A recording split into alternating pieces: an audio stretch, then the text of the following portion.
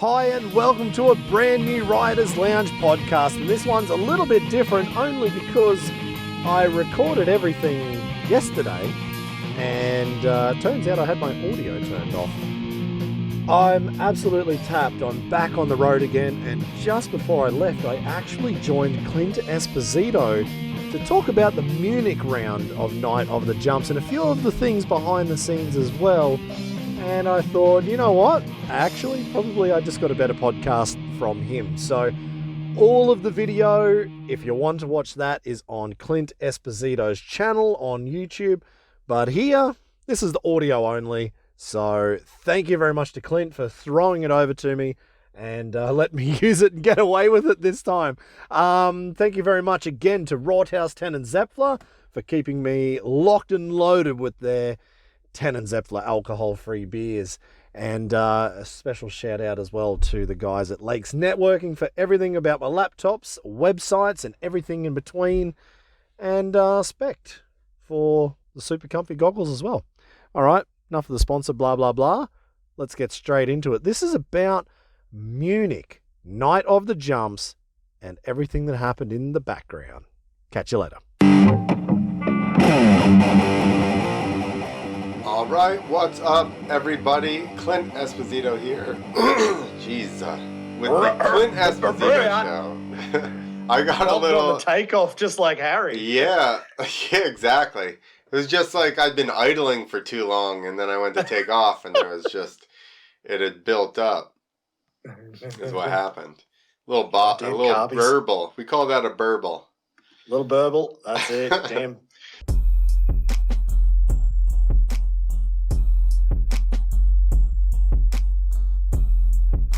Damn, Carby, she's playing up again. Yeah, I'm an old two-stroke, you know what I mean? You got to clear it out before you just go hit the ramp. That's it. I just tried to do another podcast, so I have this Wirecast stuff, and I had another whole setup for a different show, and that one will not stream for anything. I don't know what's going on, so... Really? Yeah, and this one just works. So you got me, dude. Sweet.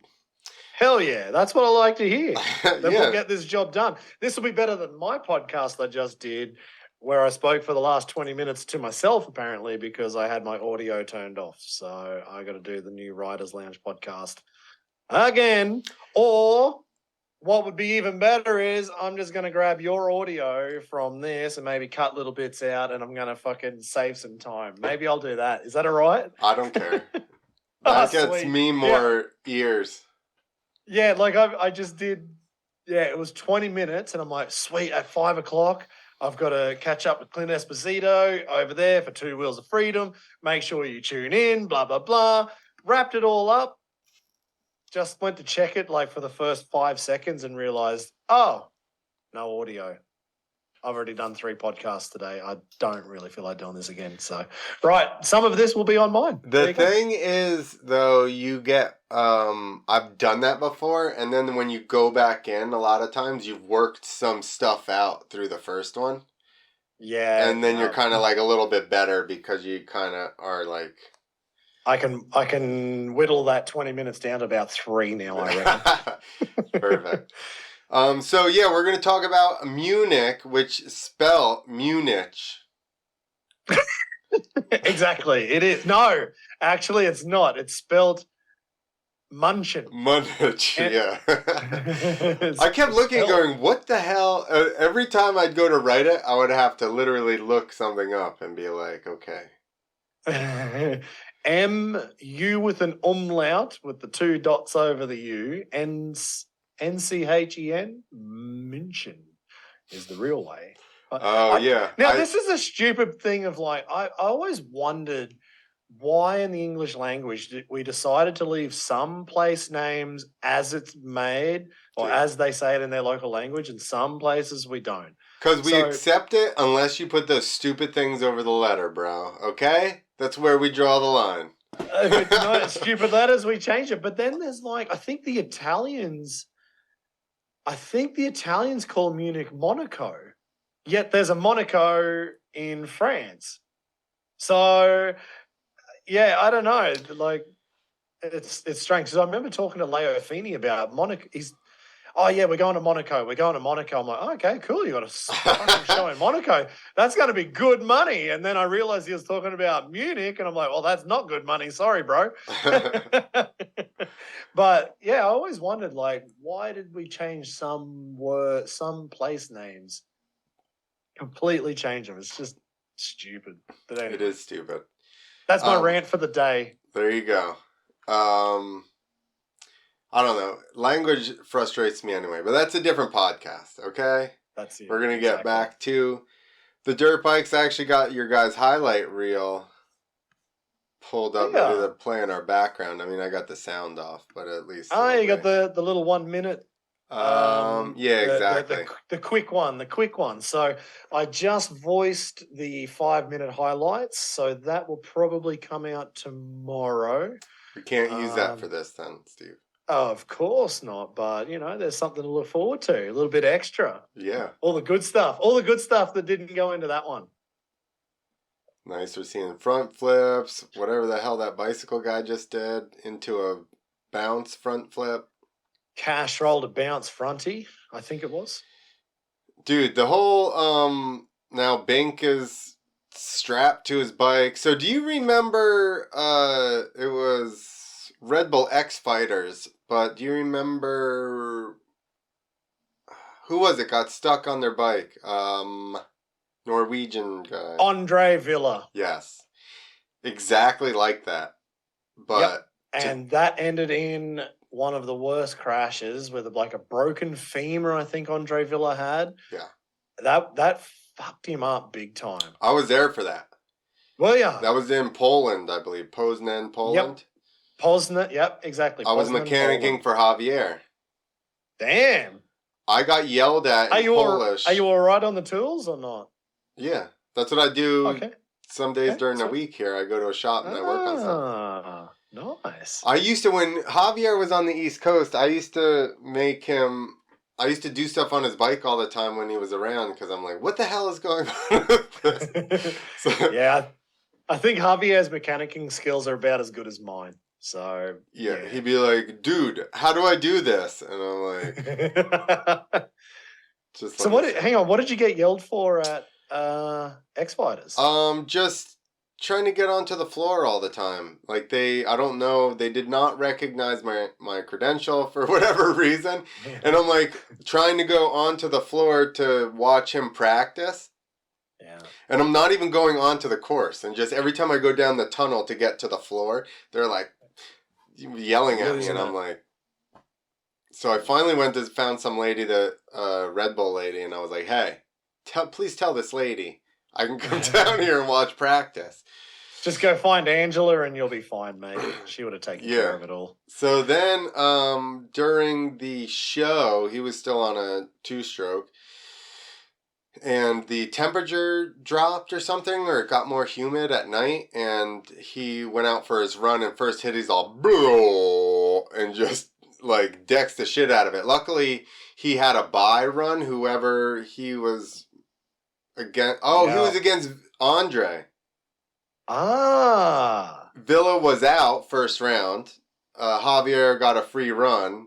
We found out that the bike bogged like a motherfucker. And then I went back and messed with it in the pits. So then I had to test it. There was 0 space. Yeah. So I had to go out into the parking lot. So that got me yelled at by big-ass security guards out there in the parking lot trying to test a bike out. I was just all down the parking lot, and I turned there like yelling at me. And I turned around, just go by him again, and just went right into the pits. They probably thought you stole it. That's why. They're like, welcome to Poland. Your bike's already here. Probably. But there was no way I could tell them what was going on, so I was just like, later. It is what it is. Yeah. It is what it is. Yeah, no, that was a horrible crash from Andre Villa. And, yeah, I mean, to start things off, that was the crash, basically, that Bink was about to have. Like, yeah, exactly. Dude. I watched the whole thing and I was like, because we were actually sitting in bleachers during practice when he did that. So I sat there and watched the whole thing. I obviously just on the live stream, but I watched Harry do that and I'm like, oh my, it looks exactly same thing. Foot hooked up, stuck upside down, Then Harry goes, ba-jing, about 20 feet off of the deck, dude. And just gets up and walks away. And I'm like... That was so insane. From where I was sitting, I was like directly in the middle on the opposite side. So he was jumping the furthest jump. I thought he was like bouncing off the front of the bag. Oh, and going back to flat. Back of the bag and going back to the flat ground on the concrete. That's what I thought was about to happen. He only just got over onto the safety deck. Yeah. Safety deck. I mean, it still worked, luckily. But yeah, he got fucking ejected out of that thing. So he told me later. So he said the bike bogged on him. It was like an electrical fault. Yeah. As he was going for a one-handed knack backflip. So he's got his foot hooked. He's got his left foot hooked in. His right foot came off, where you can see like that right foot was just hanging under him because he was already going for a knack anyway. And he actually told me, I don't know why, but he told me in training that when he does one-hand knack flips, he barely even pulls. So for some reason, it just rotates quite quick on him. Yeah. So I think that's why you notice, like, you know, he was not even 90 degrees like that. He wasn't even barely doing a lariat loop out. And the bike there was no pull, there was no speed, and that's where, he was fucked. And I wonder if his leg, like, speeds him up or something. It must do. It must be that. Like, if he drops his foot, maybe it like speeds that rotation up. Yeah, maybe the force of the way he's sending his leg, and it kind of like brings him around, or he squats a teeny bit when he does it, or like keep the rotation in tight or something like that. Yeah, exactly.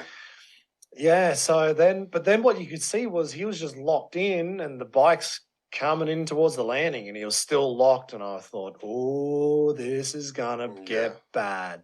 And at the last second, he somehow got unstuck from it, and then that fucking huge bounce that he did off the top.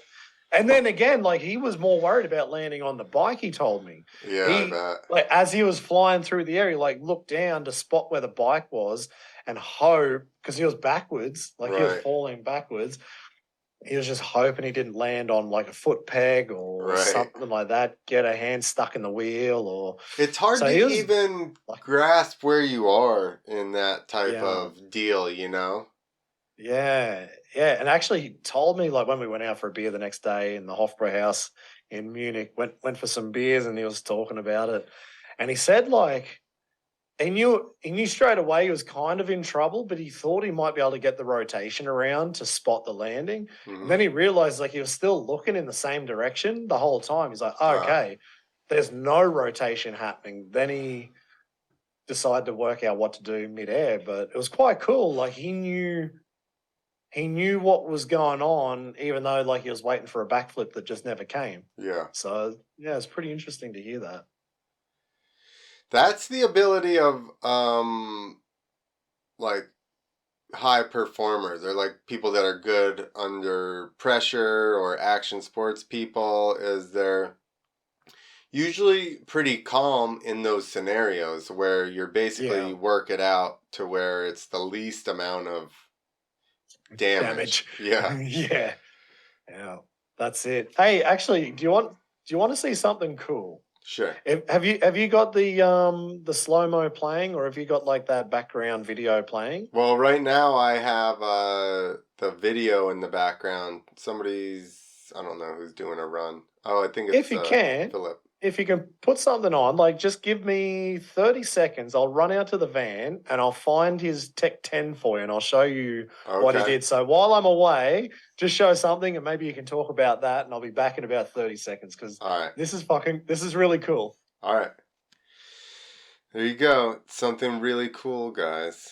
So right now we're watching, I think that's Philip Podmall from the Night of the Jumps that we're talking about, with a huge, I'm going to give it a KOD Indy flip. Oh, I thought that was somebody's talking to us. That's just the live stream chat. So if you missed it, you can watch it on YouTube. We're all in there. I was in the chat room. We're all BSing during this. Oh, we basically missed his run here. We got one trick out of it to hold us over. His bike was... Let me put my earphones in so I can hear what you're saying. There we go. He's I'm back. just trying to open these Tech 10s up. I haven't worn them in 10 years. All right, so here we go. We've got Binky's Tech 10. I don't know if you can see this. Can you see where he has torn the top of the Tech 10 where he was locked Go in? that way a teeny bit. Oh, no, the other way. There you go, yeah. This way? Yep, perfect. Yep. Wow. Cover my face. So you can see that. So that was locked into his left foot hook. He ripped his foot out so hard he tore the top of the Tech 10. So hard he tore past the top of the boot. This is the inner booty. Wow. He ripped the fuck out of the inner booty. So I don't know how he didn't even tear the top of his toe off. That's sharp? How hard he pulled. How sharp is that foot hook? Sharp enough to go through 2 layers of a Tech 10. That is incredible. Yeah.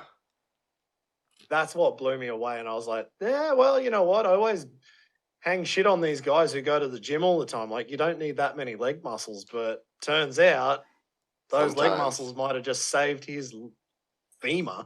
Yeah. Like, you know, from an Andre Villa style crash.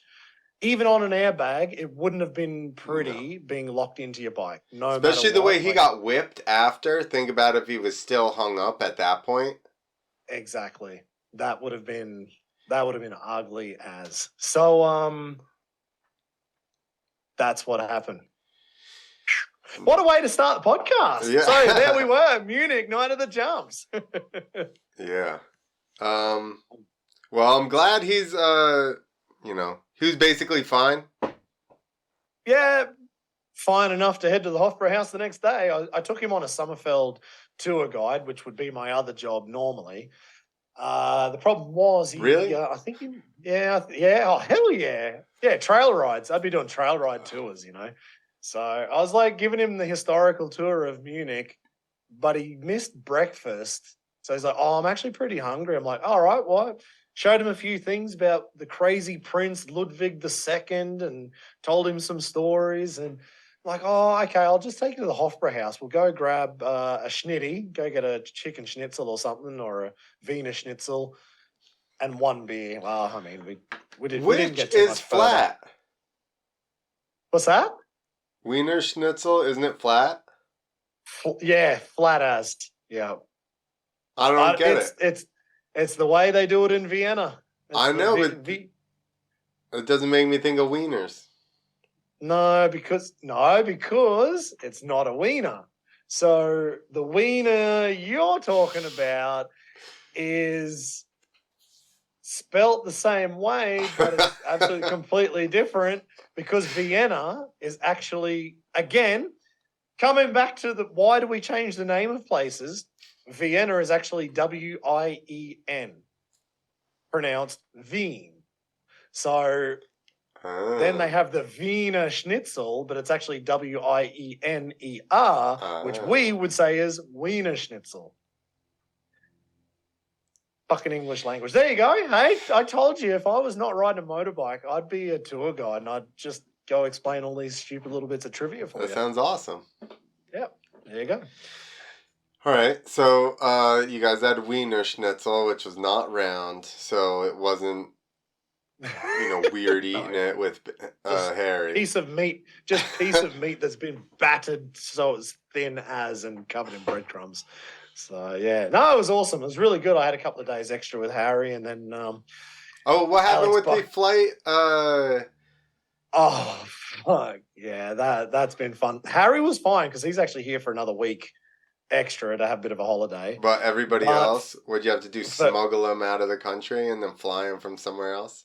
Yep, exactly. So Jose jumped in the van with Brice Izzo and Brice's brother Romain Izzo, who was actually even crazier than him. They were driving back to Marseille. Brice had a show 12 hours later in the bottom of France, and it would take them about 12 hours to get there. They took Jose and smuggled him out in their van, dropped him off at the Zurich airport in Switzerland so Jose could fly back to Barcelona. And Melero jumped in with Abraham Parra, who was driving 2,400 kilometers to the bottom of Spain. Same thing. They dropped him off at the Zurich airport so he could fly home to Madrid. And our big that's so airbag far guy, out of the way. Madrid, yeah. probably? Okay. Well, Melero just didn't want to sit in a van for 2 days. Right. So he just, I got it. So fuck it, drop me off. I'm catching a flight home. Yeah. And the guy from Big Airbag, he flew in from Amsterdam, which is normally like a 1-hour flight. We couldn't get him out any other way than putting him on a train. Actually, I bought him another flight. Then that got cancelled. So I'm like, shit. What are we going to do? Found a train that left at 3 a.m. So we finished the show. We rolled up the bags straight away, and we got that done pretty quickly. I had a few other things to do. We went back to the hotel. He grabbed his stuff. We went to the after party for about 20 seconds and realized it was so full we couldn't even get in to get him a drink. So then we walked back out. I dropped him at the train station at 3 a.m. It was supposed to be an 8-hour train, which he thought was somehow good in first class. And then after about 3 hours, that train was cancelled, and then there were strikes on the trains, there were strikes on the buses, and he managed to get like the small regional trains all the way back to Amsterdam. It took him, I don't know, 15 hours or something to get him home. So that was just those three. Then there was a whole lot of our crew that had flights cancelled and everything like that. And so it's the trains, buses, flights, protest that's going on in Germany right now. So it's just all of the everything. It started on flights, and then it moved on to everything, and so it was just an absolute shit show the last few days over here. Yeah, but anyway, that was the fun part of my job, doing rebooking and trying to figure that out while trying to run the event and commentate and like sound like I'm under control when I was just there was problems every which way I looked. So when I was doing the commentary, I was like, this is the easiest just part calm of the fuck down. Oh, mate, running the live stream's like the easiest thing ever. You just stand there and speak shit. No problems at all. Like, that's what we're good at. Yeah. But anyway, especially about dirt bikes. Okay. So the riding was good when everybody's bikes cooperated, which was basically the rest of the...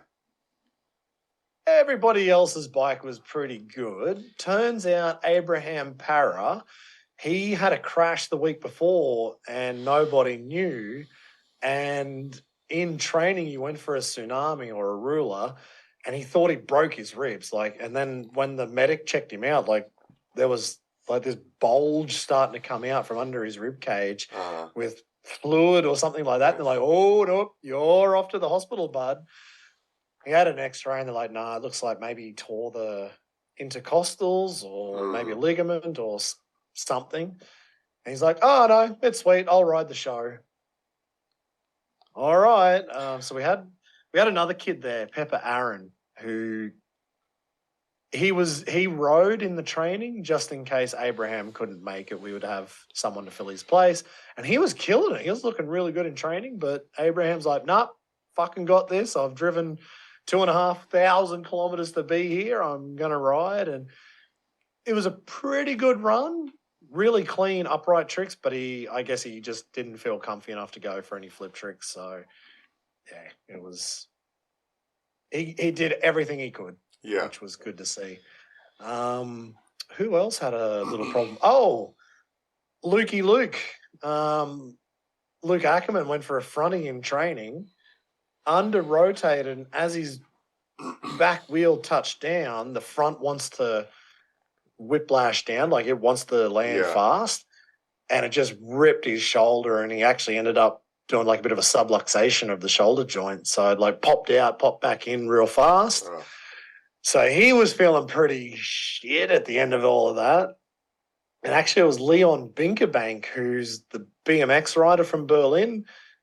he strapped him up, gave him a massage because that's his real job, I think, outside of jumping a BMX. Yeah, so luckily Leon was there and got Luc roughly in a good enough position that he could ride again, but he wasn't 100%. And then his hands were tired when he rode. Yeah, pretty much. Exactly. So and I realize it's different and there's not all that technology, but the bag that I rode was good if you came in like nose high. Like it kind of ate it up a little bit more so than I feel like if you were on like a hard landing, you'd be like all over the bars. Yeah, so what we do with the airbag landings is we want this to be as close to dirt as possible with a little bit of, a little bit extra safety if you need it. So we've got the top pretty much as hard as it can be, and then the middle section's a bit softer. Like that's your actual suspension part is in the middle chamber. Yeah. So if it was like a regular like training setup where you want everything pretty soft and feeling like that, he probably would have been all right. But because we had it set up as a competition setup, that's why it's better than dirt, but it's still it's better for worst case scenario. And maybe to dirt or something, he would have been pitched and hurt worse. Exactly. Yep. Exactly right. So the teams again were the world team. Yeah, that's Spain it. And Czechs, the Czech Republic. Czechia, as it is now known in the English language. It used to be Czech Republic, and now it is Czechia. That's the language. No, that's the name of their country now. They've changed their name. So now it's CZECHIA. That is how we should be calling their country from now on. I think dead name them, then we're in a world of shit. Exactly. So it's basically, if you say Czech Republic, you've dead named them. They're Czechia. Yep. And actually, so now if we want to take another step, the country formerly known as Turkey is now Turkey, I know. I saw they did add some shit above their letters or something as well. Yeah, they added the umlauts over the U and put an E on the end. And I think IYE. So it's TU with the umlaut, RKIYE is Turkey, Mate, you got to be fucking up on these things. I told you I'm going to be the best damn travel agent going around. Travel tour guide. Listen, I'm from America, and we just only worry about American shit. Okay? Exactly. Unless we don't fuck around with this dead name and shit. We just say what it is. Unless we're going to overthrow your government, we don't care about you as a country either, okay? That's it. Not interested at all. No. That's right. We don't want any of your shit. No, so this time around, unfortunately, Kai Haase, he's out for a while after. So he was in Team Germany in Berlin, and then in Masters of Dirt, he went for something I think that had never, ever been done before. If I understand correctly, he was... You know how they sit on top of the scissor lift and they just take off like 3 meter run up and then do the drop, like backflip drop? Yeah. He was going for a scissor lift front flip drop. So what he does normally is the big jump over and then he lands on the front wheel into a front flip. This time he jumped up onto, stopped, then sat there for a bit and just tried to drop off into a front flip. Didn't work. Is there a cheater? No cheater? Nope. Just exactly from flat to trying to do it would have to be really high. I think it was high. I think it was really high to get that done, to give the extra rotation, because a backflip, you've got the gas of the tire on the mesh, front and you're only doing 270 degrees from flat around is only 270 to get somewhere within landing. Whereas to do a front, you're going from flat with no gas, it's just front brakes and then pushing. you have to then do a full 360 and actually would be better for like 400 degrees of like, so he's almost doubled the amount of rotation needed. Didn't work out. In a less natural. Broke his. Exactly. What did he break? C3 in his neck. Yeah. But so, no, like he's all good. He's all good. Okay. I think. I hope. Like from what I heard, he's like everything's kind of all good and working. Yeah, he's put some messages up. So if you're listening to this, jump on to Kai Haas's Instagram and send him a message. Get well soon, because fuck that. That would be super scary. Did he like drag the back brake or something? That's the only way I would think you would. You know what I mean? Like drag your back brake off at the end, and then maybe at least it would kind of drop you quicker. That actually would make sense. Right. In my mind, I have no idea how he did it. I guess it was his front brake. But now that you say drag in the back brake, so you actually let your front wheel go off, drag your back brake. It kind of pulls you. I don't want to do it, so let's. No. It's good to theory. It's good to theory craft. So unfortunately, Kai was not with us. I think he would have done an MOD anyway. So it was Luke, Brees Izzo, and Harry Bink for the world team. And Harry, I actually only contacted him about a week and a half before the event because someone pulled out. And I just thought for a laugh, like, I'll just text Harry, see what he says. And he fucking came back to me straight away. He's like, hell yeah, I want to come. And I got something dumb that I want to try. So within a week and a half, we worked out his logistics, how to get the bike from the bottom of Spain up to Germany, all that sort of stuff. And yeah, so it was on for young and old, which was sick. For Team Spain was Abraham Parra, who did the big drive, Michael Melero, and Mark Pinyol, who crashed in Berlin on the Cali roll. He was coming for redemption. And for the Czech team was Matej Čezak, who blew his KTM 300 up in Berlin. He was looking to not do that again. Philip Podmol, who crashed a double flip. Yeah, switched to a 250 this time, which was a bit smarter. Philip Podmol, who crashed the double in Berlin. And he brought his brother, Libor Podmol. And Libor fucking rode sick. Both of them look good. Both of them clean as. And I loved Libor's underflip. That, like, was just like old days. Just, I don't know, there's something about his underflip that was, I don't know, I just love it. That's like his signature trick for me. Yeah. So, the old man. And the last time Libor rode at Night of the Jumps was in Munich 2019 when he missed a vault, pin dropped and broke both legs. They just exploded on him. So he came back, rode sweet, awesome underflip. It was just kind of like Libor of old. Yeah, he looked good. Right from first run. Yep. First jump looked fucking sweet, and yeah, there was really no problems there. And Philip rode awesome. He didn't go for the double flip.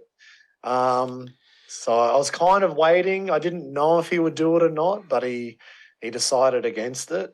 Both of them looked way more calm and smooth than I've seen them in the past.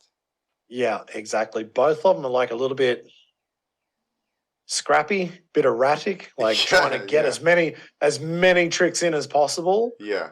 But this time, both of them were just super smooth. And... I wonder if it's them being together. Like, I wonder if... Because maybe at home, I'm sure who they grow up riding with. Yeah, that's it. Like, you maybe just calmer. Like, it's sweet. They got somebody to bounce shit off of. Yeah, exactly. What do you feel about the course or whatever it is? Yeah. No, they both looked awesome. And actually, Philip in the best trick it wasn't really a best trick. I probably would have used that one in his run because he's got. Did he do the seat grab heart attack flip? No, in his best trick, he did the heel clicker to Indy. Oh, yeah. So I was like, to get that many tricks in, like clicker over the front, swing back for the first Indy, which is already difficult. Most guys are, and then to swing another, I was like, not bad. For me, I'd never seen anybody else do that before, but somebody said it has been done, and John Matthews is probably the only man who will know who it was. So if he's watching the live stream now, I hope he can. Now. Oh, damn. No answers, nobody.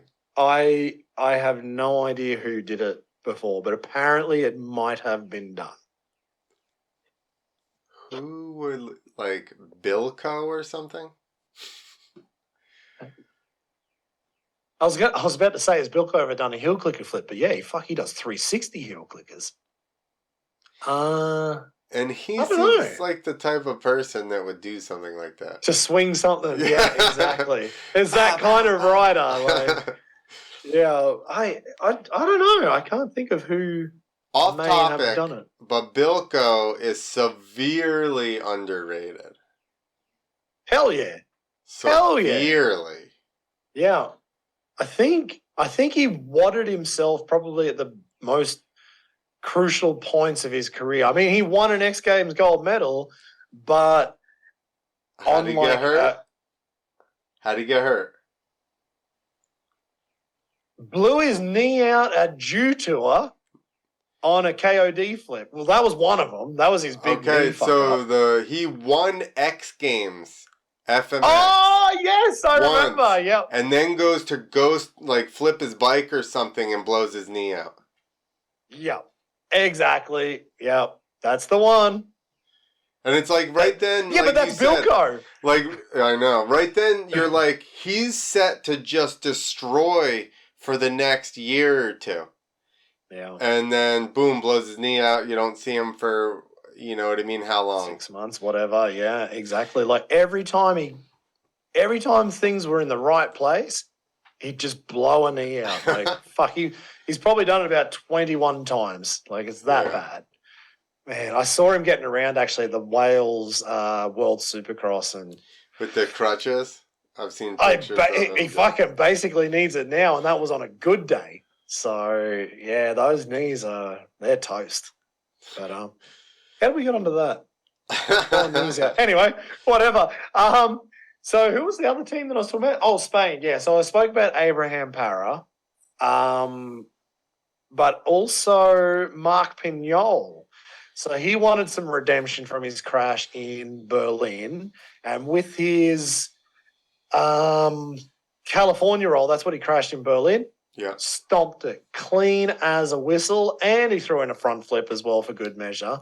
So actually, I thought his whole run looked way better than Berlin. Everybody looked really good this time. Like, yeah, I'm sure it was not that long ago, so I'm sure they just learned, calmed down a little bit about the scenario, whatever the event, and, that's with anything, right? The more chances you give these guys, they should get top level guys and feel more confident. Yeah, top level guys are going to learn each time and progress.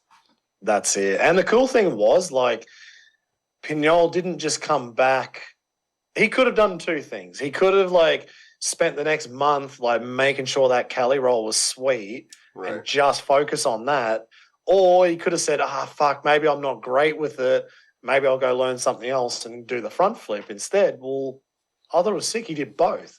Came with something new again on a trick. I think the last time he did that was 2017 when he crashed. Wow. So 6 years for redemption on that trick, and then the Cali roll, and he stomped both of them, and he looked good. He looked comfortable, and it was good to see him on top. Maybe him crashing on the airbag and being like, okay, kind of. Let's go. A little bit of exactly. Oh, I can be just pretty. I don't have to be perfect. I just need to be close. Close. Close is better than. And then Melero, man, Melero looked good.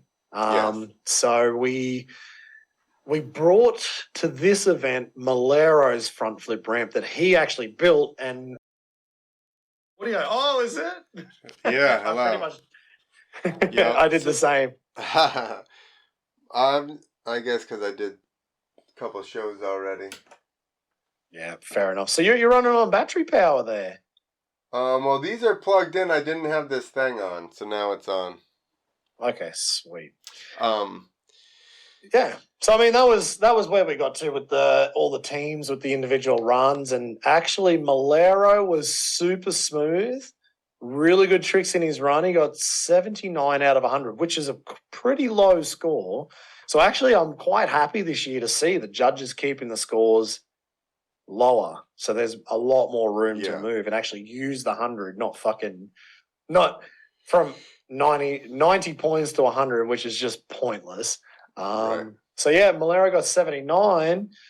Luc with his bunged up shoulder and strapped up, he did like a no-hand flip in his run, which I don't think Luc's probably ever done, or probably not for the last 10 years. Like that'd just be barely a warm-up trick for Luc. Yeah. So you could tell he was hurt and that he only could negotiate a no-hand flip at one point, but he still landed 360, fronty, double flip and everything. And he just beat Melero by 1 point, which I would agree with, but fuck, it was tight between those two guys. So, so Luc, he's sitting with 3 straight wins in the individual contest for the series. Melero's in second place. And because Ronaldo wasn't there, he was off doing an MOD show down in Innsbruck. Philip Podmol, after 3 rounds, is sitting in third position. So Awesome.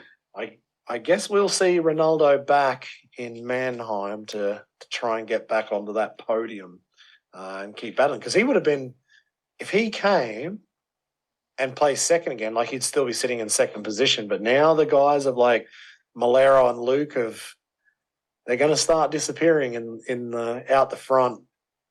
It's going to be hard for anyone to catch up. For sure. So could be like what we saw in 2019 and 2018 when it was just Luc and Melero just fighting. So Melero won the first time for his 5th world championship in a row, and then on the 6th year, fucking little Luc, he got the job done and reeled him in and took the win over the season at the last event. So yeah, it's all happening right now. So what happens because everybody's not at every event. So are there like evening outs where like Luc won't be there, or is Luc basically at all the events? He'll probably be at all the events. And normally what we do is we have one throwaway round. But let's see what happens if, it's tough when there's a throwaway because it's not like you can choose what to throw away. But, let's say David comes back and he only gets like, I don't know, maybe fucks up and he gets a 5th or a 6th. So he'll obviously throw away the one where he just missed it. But having a 5th or a 6th in there is going to be pretty crap as well. And I think that's actually what happened to David in 2019. He was killing it. He missed one round because I think he had a show somewhere else, so he just couldn't make it. And he was relying on the throwaway to possibly be at the top to win it. And I think he might have had a crash that year at one round, so I don't even think he made the top 6. And that was enough that sort of dropped him out. So, yeah, it's tough. You put that throwaway in the middle, anything can happen. Well, that's good. That's the evener. So anyway, that's the evener, but it's a bit of a joker as well. But, so we had the regular runs. Best whip, Matej Cezak again, killed it. Pinyol was looking pretty good, but actually Harry Bink, he got into the final with some pretty good turndowns, but then that was where we first saw his a little electrical malfunction. Yeah, and as he started, I didn't know what was going on, and then after like a minute, he just came out of like behind an airbag or something and was just pushing his bike back to the mechanics spot to get it checked out. So at that point, I guess he knew something was wrong with the bike. They looked at it, because he was about to come back out for his run straight after best whip. So they didn't have much time. I guess technically they had 10 minutes tops to look over Harry's bike. They thought it was sweet, but turns out it wasn't. It was not sweet. Wasn't sweet. And then actually, synchro comp was sick. The Podmoles rode together, so Libor and Phillip side by side, and I would have said they should have been in the final. I don't think Luke and Brees did enough. They didn't choose big enough tricks, I thought. They were better timed, but I was like, they were just weak tricks. So I guess the judges were going on timing, but I'm like, the tricks they chose just weren't good enough. But anyway, they got into the final, unfortunately for the Podmoles. But Team Spain, Pinyol and Melero, everything was perfect, and then they finished the train with the front flip, which I thought was fucking crazy. Yeah, but they did it. Yeah, they were right at one another, like 1-2. And then I still don't understand. Maybe you know. Does that ramp automatically set itself? Is there a spring there or something that resets? There's no spring. That's just weight. So, yeah, and that's what I was thinking, because when you watch it, I guess Melero went first, I think. Yeah. So he shot out and did his front flip. So that rocking mechanism goes up and then bounces back down and would probably bounce a little bit. And just as it settled, he hit it. What, for like a millisecond? Fucking Pinyol comes through and does a front flip. Like, well, that's what I was like. How? No, there's no spring involved. It's just the weight of that bottom piece just brings it back down. But Melero would have been on the run up, watching the rocker bouncing in front of him, and he still went for it. Yeah, he was still only like 2 bike lengths in between. Yeah, maybe 3. It wasn't much though. 3. It was nothing. Like, I would have given that a good. Yeah. Like, I probably wouldn't even start up a run up. I'd be like, yeah, Malero's gone. Tonk, tonk, tonk. Yeah, good. I'll go now. Like, because if you catch it weird, it's definitely not. You know what I mean? It's not going to do it. Yeah, it's going to be different. Yeah, exactly. Like, fuck. I was blown away and a little bit scared that he didn't give himself more time. I'm interested now that it's. So you ride over it and it pushes down. And so that thing only sits out for a millisecond and then it just falls back down? Yeah, so the top of it, if I can try to show it, it's like that. So the top, your front wheel hits here, which gets the mechanism going. And at the back, your back wheel hits this bit that stops your back wheel, basically. So as soon as it does that and the rider's gone, it just it just falls back. See, it must be longer. Most of the weight's at the bottom. Yeah, it must be longer than what I think. I feel so there's more weight at the bottom. But even though, my point is, you basically want your back wheel needs to hit it as soon as your front wheel hits the actuator. Basically. Because otherwise it would just fall down by itself. In my head, that thing was only this long, the piece. But it's got to be it's a bit long. It's, I guess it's like 2 foot, maybe. Okay. Maybe 3-ish. That still should measure it one day. That still seems like you have to be going at speed. I mean, obviously, to jump the gap. But it only comes up for a split, second. So you have to be going fast enough where your wheel hits it while it's up. That's it. I'm actually going to open the plans right now. Let's see if Are you going to get in trouble for this? Is this top secret? No. These are free to download on the Riders Lounge podcast. You can download the front flip thing and build it yourself. Where do you go to? ridersloungepodcast.com? Yep, that's the one. I could find it. I'm trying to find just the rocker. I don't Surely it's there. Fuck, there's so many parts to it. Okay. So there's no measurements on that bit. The measurements are only on there, and I don't see the measurement for the actual rocker. They must be there. Oh. Front flip ramp. Okay, the rocker is 1.1 meters long. Okay. Actually, 1.104. So it's about 4 feet? 3.5 feet. Yeah, 3.5, nearly 4 feet. That makes That's sense. the rocker. Yeah. So there you go. If anybody wants to get the front flip ramp, download it from ridersloungepodcast.com. Thank you to Fly Group for allowing me to put that up there for free for all the riders in the world, so you all have the same one to jump. Because who wants to have 17 different fucking versions of a front flip ramp? It was already bad enough with 17 versions of a regular ramp. Yeah, that's for sure. Here we go. I got it pulled up on the... Oh, have you? Sweet. Yeah. Yep, so we can look at it now. I didn't realize you had this. It's awesome.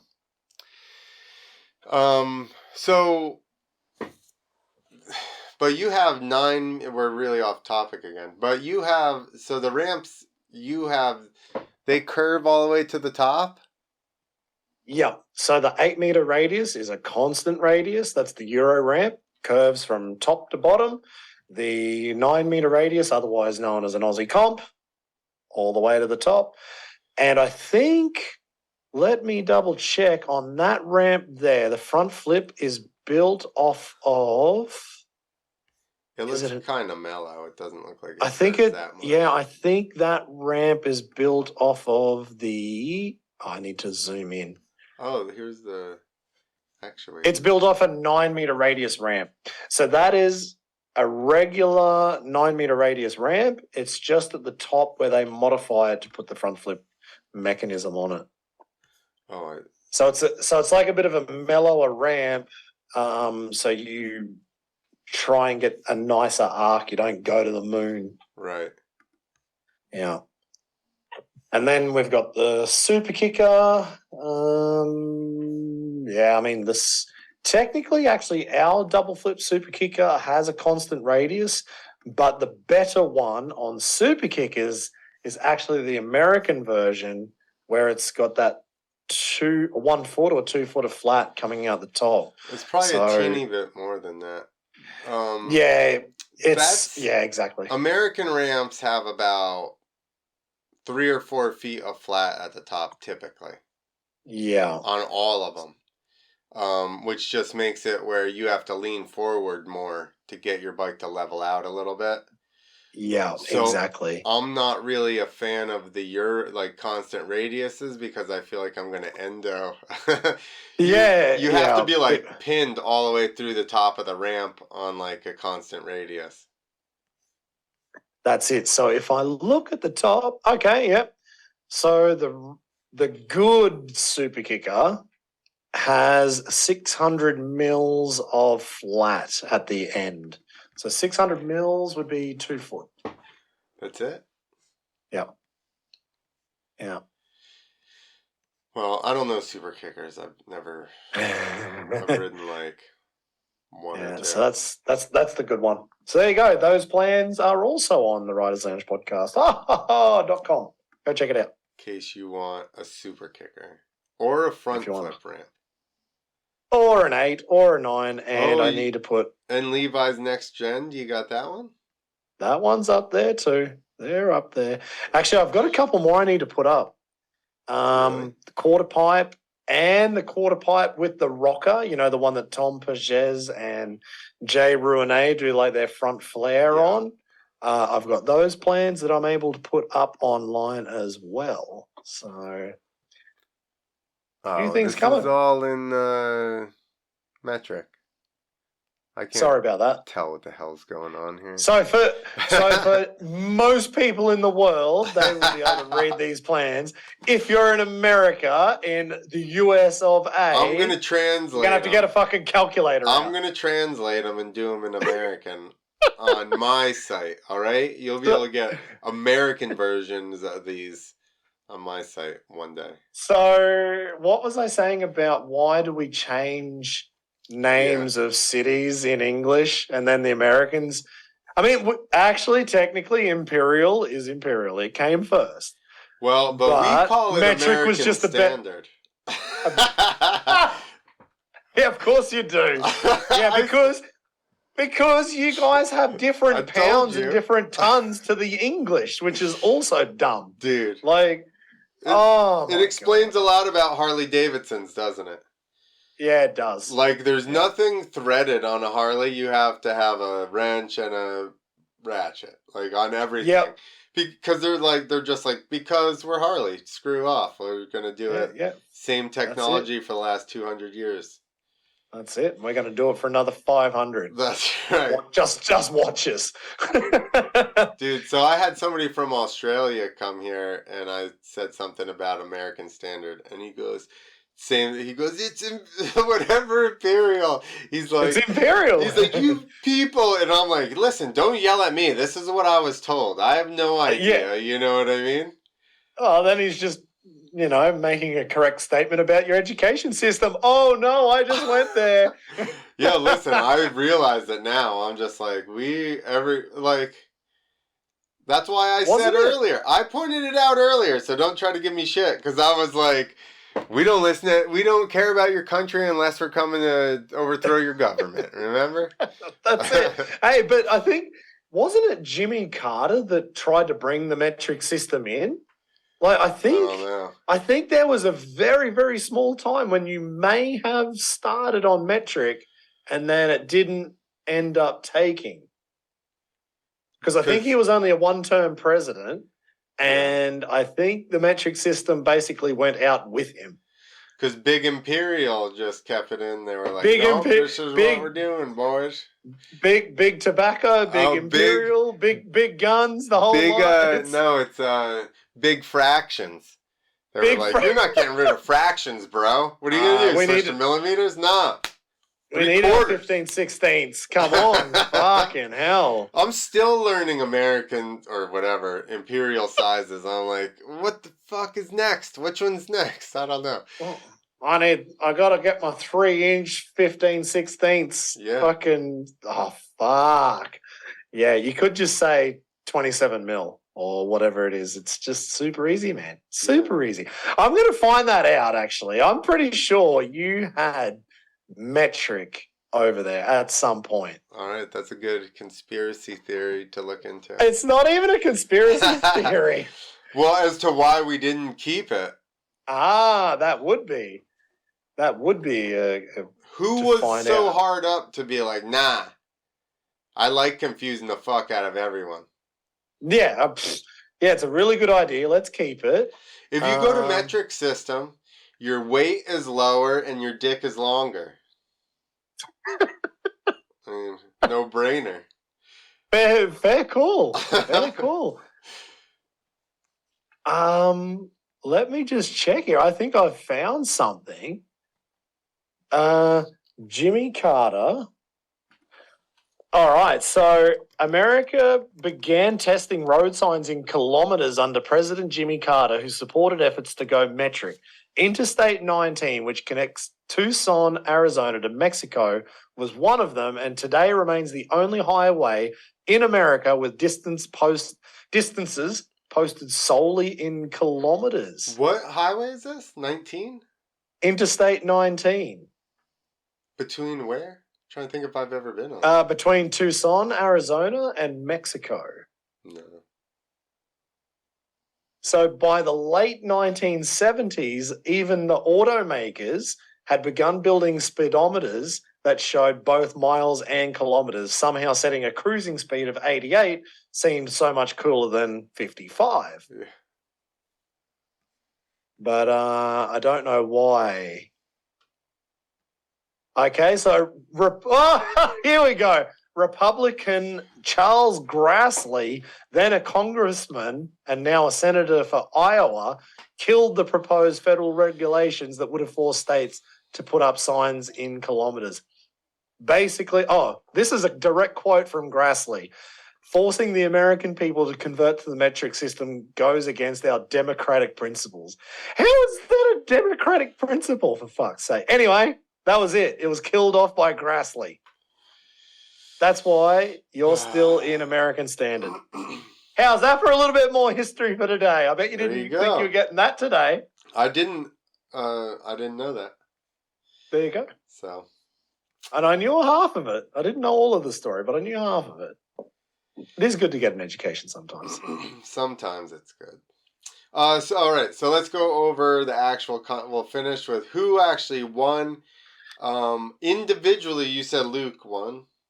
Yep, Luc killed it. Actually, he did kill it, but he only beat Melero by 1 point. It was pretty damn close.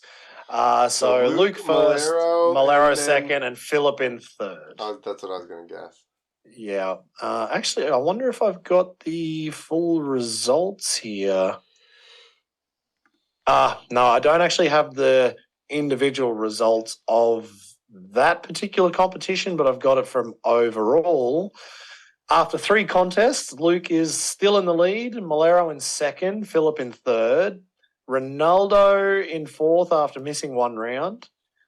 Matej Cezak is in fifth overall. Mark Pinyol with the crash that he had in Berlin, he's sitting in sixth. Peter Pilat in seventh. Kai Hazer and Danny Torres in eighth. Brice Izzo in 10th. Libor Podmol in 11th. And Harry Bink with his fucking huge crash is sitting in 12th after he only had 1 round. But I was going to say, maybe we'll have Harry back. You give points out per round? Yeah, so everybody gets points per round, and then that was the after 3 rounds where they're sitting on the series overall. But like I said, looks like we'll probably have Harry back. I've got all of his suspension and half of a motorbike in the back of my van now in pieces. So I hope he sends over a couple of Albeck or Allbeck bags that I can stuff all of these things into. He doesn't have OGO bags. He's got the new Allbeck ones. Oh. Have you seen them? I was thinking that's just how you guys said it in German. I don't even know how to pronounce it. Like I would have said Allbeck if I was in Australia, but I thought that was OGO in German. OGO Albeck. What? Yeah, no. So he's not on the OGO program because they're so freaking heavy. When you're paying $50 per kilogram, but it is $50 American per kilogram. See? For excess baggage, an OGO bag is about 3 kilograms heavier than almost any other bag on the market. So that would be $150 extra just for the luxury of having an OGO one way. So if you're going to fly somewhere and fly home, you're paying $300 if you keep your OGO. I'm not shitting all over OGO right now. I'm just pointing out a fact. Well, don't worry. They're going to come out with the new carbon fiber OGO that costs $1,200. So if you save $300 on 4 flights, you got yourself brand new OGO carbon fiber. There we go. That's a good idea. You know what I did? I went even better. I went with the OGO golf bag. Yeah, Javier had a golf bag case. Yeah? That he would put his suspension and stuff in. And then I used to have a gun case, which is just asking to be pulled into every security room. Exactly. Well, that's how Harry turned up. He had one Allbeck with like the big stuff, and then he had the gun case just for the suspension because it's, tight enough and thin enough to go in. So yeah, he said the same things. Like he was dragging his gun case through the airport. Everyone's just watching him. Like, yeah, that's what's gonna happen, man. Oh, yeah. Like, I've done it. I went with. Yeah, I went with. What do you have in there? And I'm like a rocket. They're just like random people. I'm like, it's a rocket. Fuck, and they let him through. Yeah, whoa. Exactly. No, I ran the OGO Golf, the Flexi one. It was like 1.5 kilos compared to 7 if I had my OGO. So I was saving $300 per trip, so $600 overall. We don't get charged like that here. I know, it's only Australia to Europe or New Zealand. Australia and New Zealand to Europe. That's where I get screwed. Yeah, I was gonna say we're like, you pay for like a One second bag, yeah, and it's like, and it's fuck all. Yeah, exactly. $100 maybe, Yeah, maybe. Yeah, no, we're on the rough end of the pineapple. Where we you can't do anything because you're flying everywhere to get off of that rock. That's it. That's the problem. We got to just bend over and take that rough end of the pineapple, and that's what happens. So, yeah. Anyway. So no, team overall, I was going to say Team Spain won. So we've got 3 different countries have won so far this year. That's Czech awesome. on the first night, Germany the second, Spain the third. Fuck, you never know what's going to happen. Yeah. By the time we get to Mannheim and Zurich and whatever else. Do you know your lineup for the next one? It's not finalised. It's not finalised, but we were very much looking at having Italy in with Leo Fini, Davide Rossi, maybe Matteo Bottillon or maybe Massimo Bianconcini. Not sure what happens there. Keep your eyes peeled. It is not confirmed just yet. I would love to have, actually, even if we could get America over with Adam Jones, Colby, whatever his name is, 32-1. What's his name? I forgot. I know him too. Anyway, so now we're looking at. I don't think it's Colby. Is it Colby? I don't think it's Colby. Yeah. His Instagram name's Colby 32-1. Oh. Don't know what his last name is. Cody. But anyway. It doesn't even come up. Let's see. I'm trying to find it. 32. There you go. Oh, yeah. And all it says is Colby. It doesn't say his last name. I can't remember his last name. Colby, no name. Dude, I told you, I rode with him when he was young. He was like probably 17 or something. Over the last 2 years, year especially, he's just... You seen his cliffy flips and shit? Like, he's throwing down. He's That's not what I mean. scared. He was good and he was flipping, and then over the last year, he's just been cliffhanger flips, heart flips, and then going to dirt, and then big flip tricks over the dirt, and... Yeah, have you seen that new place that he's been riding at heaps? Looks like 110, 120-foot dirt here. Looks sick. Ripping cliffhanger flips and everything else off. With fuck all down ramp. Gort. Is it? Colby Gort. There you go. That dude, keep your eye out for him. I think he's, definitely one of those new kids that fucking could take over. So he's from Arizona, I want to say. And there was a clothing company out there, 32-1, or Nevada. Maybe it's Nevada. Is that where the 32-1 gear brand was? That's where that comes from. I think he was sponsored by, that might have been his first sponsor or something like that. So I think that's where that comes from on his name. I remember Jake Bowen was the first rider in Australia to be sponsored by 32-1, way back in the day. Yeah. I was like, but it was pretty hard to find that gear. I never could get it, but I always wanted it. Well, there was a couple of guys. The only reason I know that is because a couple of guys, this other guy, I am Cheatham or whatever. Same thing. All those dudes, those young kids from that area all ran that 32-1 stuff. Yeah. No, it was sick. It was good stuff. But I've been thinking, I just realized this after we just had this conversation, but he is the best up-and-coming American FMX rider. Yep. Yeah. 100%. Easily. Yep. Easily. Nobody else is doing tricks like that. Everybody else is... Who are the other big Americans? Hodges and... Adam Jones. And, newer... New guys? Yeah, new Bierman, guys. kind of Bierman. new. Colby. Yeah. Who's the other? Banks Hovey, maybe, Oh, if you wanted okay. to throw him into that list. Yep. No, I would agree with say, yeah, there's not really many that are like really on that pushing the trick next level. envelope. Mm-hmm. That's it. Free ride's definitely being pushed. That's Right. getting pushed from every which way, which is sick. No, I agree with that, but I just mean FMX. I have just thought straight FMX recently. We really don't have anybody. America Colby doesn't exactly. Colby Gort. There you go. Number one. McNarls. He's Fuck, that dude's been around for so long. That's true. But he's still fucking But sends. He's pushing in again, he's not pushing in the way Colby is and learning every new trick.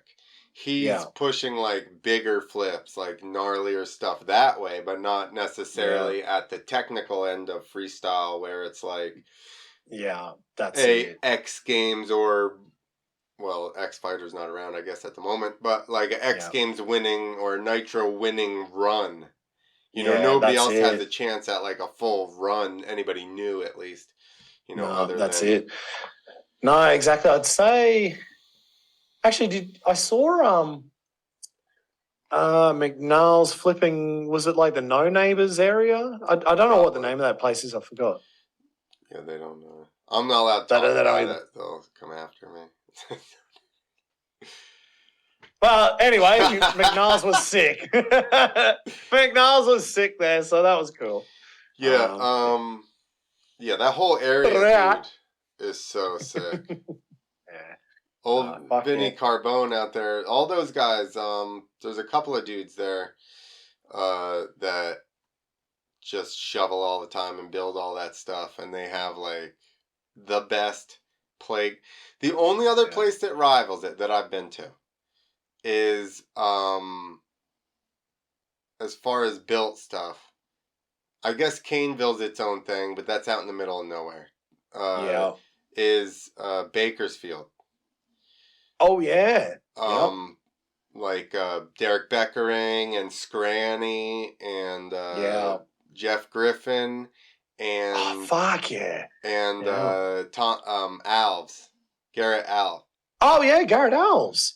Yeah. Man, there's a few names I haven't heard of in a very long time. Those dudes. So that's who I rode with when I went out there. Garrett didn't ride with us, but everybody else did. Yeah. And Chuck lived there at the time, so I went out with Chuck, and it was I just followed Chuck. I know how Chuck is. I knew how he was by this point, and I know that he's just gonna bomb everything that he can point at. Yeah.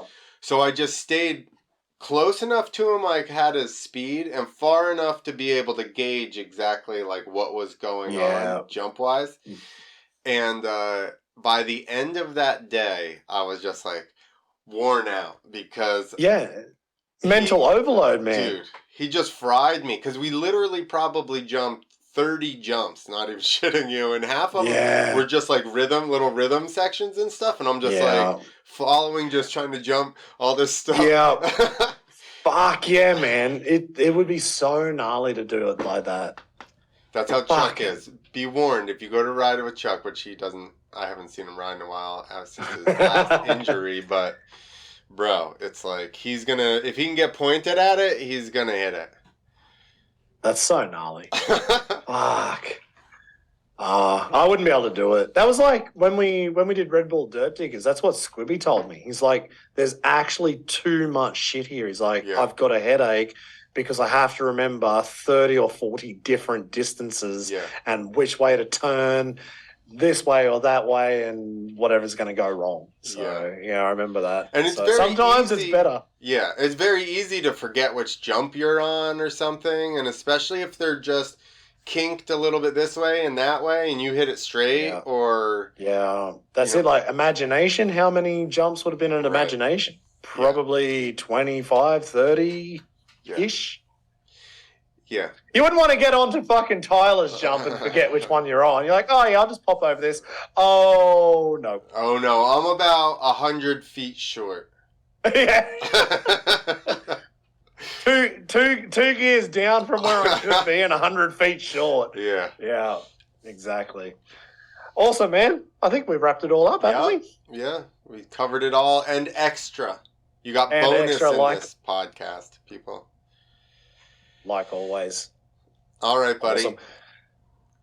Too easy, man. Well, I guess we'll see you. If we're going to talk about Night of the Jumps, the next one will be May the 20th. There are still tickets if anybody's in Europe and they want to get some. So Munich was sold out from a while, so I didn't even have to talk about tickets, which was cool. Mannheim's still got a few tickets left, but I'll be seeing you, I guess, on the live stream from there on May the 20th. I can't wait. 7 weeks. Can't wait to see what happens there. But in between, what have we got? What else is coming up? Is there any other comps? I don't know. Is there? I guess there's an MOD show in 2 weeks in Salzburg. I think Freestyle Kings are running around Australia at the moment. Other There's than no that, like I don't know. contest. I don't think. Other than There's Japan's coming up soon. There'll be X Games Japan. Oh, that might be May the 13th. I could be wrong, but I'm pretty sure there's an X Games Japan soon-ish. Let's look it up. X Games Japan. X Games Japan 2023. Let's see what Mr. Google tells me. I keep having 2022 come up. There you go. May 12 to 14 in Zozo Marine Stadium in Chiba City. There you go. Extreme Sports Championship, it says. Yeah, it does. Extreme Sports Championship. But I wonder what, while we're looking at it now that we're actually talking about it, what's in? Because I remember last time it was only like a best whip comp and maybe best trick with 1 ramp. Maybe 2. No, it doesn't say. So I'm not sure when the big X Games is on. It's usually But like July or August. Yeah, I think it's July been or July. August. It used to Yeah, be so- August, and now I feel like they bumped it up to July. Yeah, exactly. So there you go.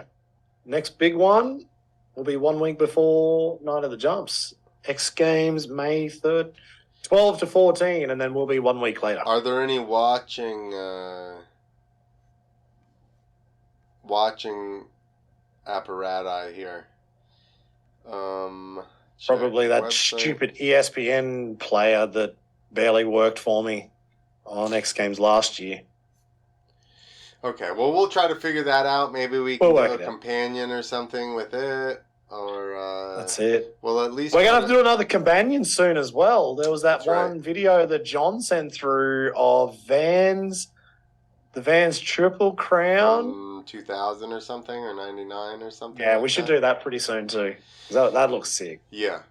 So, once I'm just away until Monday, so not a big deal. So I'll be away for 10 days, so Oh. when I get back, we can do it. There you go. So 10 days, Yep. people, and then we'll figure out who the riders list is for X Games. We'll go over that, and we'll go over some other things, and we'll have a new companion for you guys. How about that? Sounds good. All right, everybody. Thanks for watching. See you later. Catch ya.